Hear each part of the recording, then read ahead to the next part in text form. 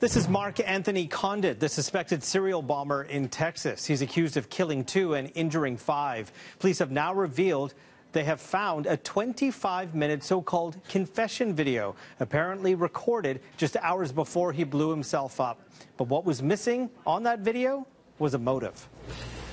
We are never going to be able to put a ration behind these acts. But what I can tell you, having listened to that recording, he does not at all mention anything about terrorism, nor does he mention anything about hate. But instead, it is the outcry of a very challenged young man. Police say the video doesn't shed any light on the reason behind the nearly month-long bombing campaign. Authorities aren't releasing the video confession to the public, but say Conditt describes in detail the 7 bombs he built, including the one he used to kill himself. CNN reporting the devices were pipe bombs made with materials found in a hardware or sporting goods store.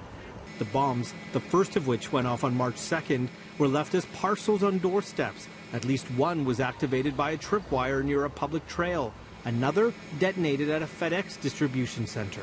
Authorities tracked the suspect using local surveillance video, cell phone signals, and witness accounts of a customer shipping packages at FedEx in a disguise that included a baseball cap, blonde wig, and pink gloves. Dozens of federal agents also spending most of Wednesday searching the home Conditt shared with at least 2 people. An ATF spokesperson says agents found parts for making bombs, similar to the ones that exploded in the past 2 weeks. What they did not find was any finished bombs. We don't know whether or not he had preset or mailed any other bombs before he was apprehended.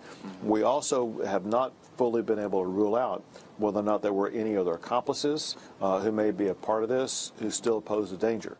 It's interesting to note that no official is referring to the bombings as terrorism or Conditt as a terrorist. In fact, we have Trump's press secretary, Sarah Sanders, saying there is no apparent nexus to terrorism at this time.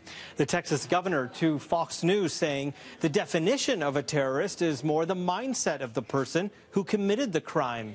Well, this is raising some concern on social media because people are wondering if Conditt was a different color, would the narrative be different?